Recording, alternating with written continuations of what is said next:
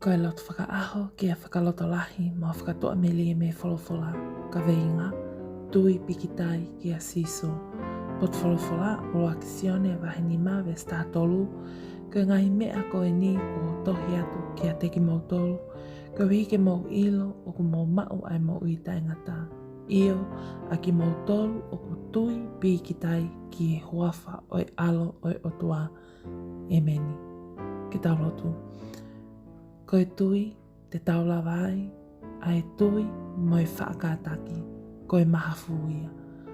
Kau fua kolosi pē ke au, e nau kalau ni kua pau, o iau a e fia.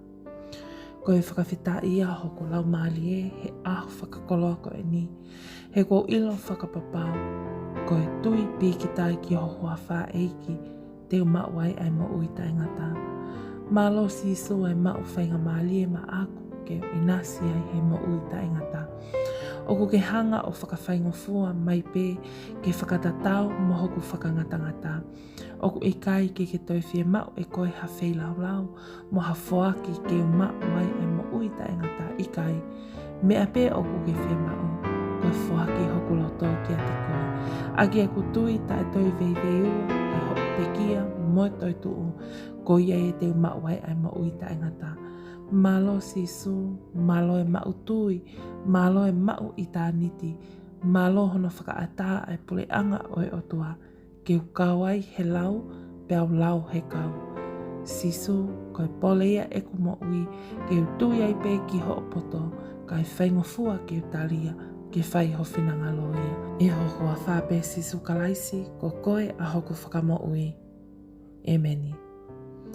Whakamalo ake te koe o ko kai kau mai ke tau loto hu fia he hoani, whawhetai e tau mau ai aho whakakolo koe ni, pe au whakaloto lahi i ki tau tolu, kau ngā tau pe mo koe sisu, ki he mahu inga o e tau tui, ta e toi veiwa ki he eki ko sisu kalaisi, pea te tau mau ai mo uita ingata.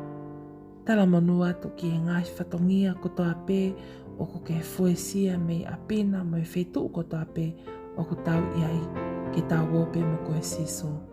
E meni. Thank you to you all who have joined and subscribed to this channel. If you're new here, welcome. Don't forget to subscribe. That way you're kept up to date on daily prayers of hope and encouragement from the Bible. Also check out the description box below for all links to our social media platforms as we provide daily devotions and ministry to the youth and young couples. Thank you and God bless.